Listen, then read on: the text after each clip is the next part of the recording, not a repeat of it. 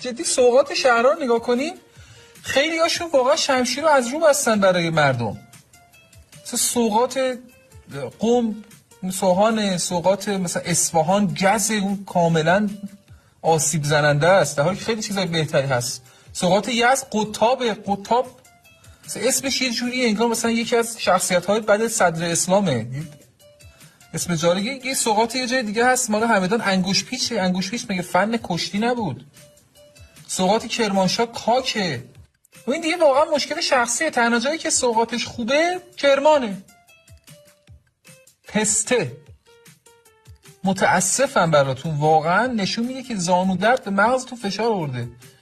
پسته کرمان بهتر، اصلا آدم میخوره هضم میکنه، نه مشکلی خدای نکرده برات پیش میاد، همه چیش عالیه. مثلا انتظار داشتید این شوخی‌ها بی‌مزه کنم که بگم نه سوغات کرمان تریاک، اصلا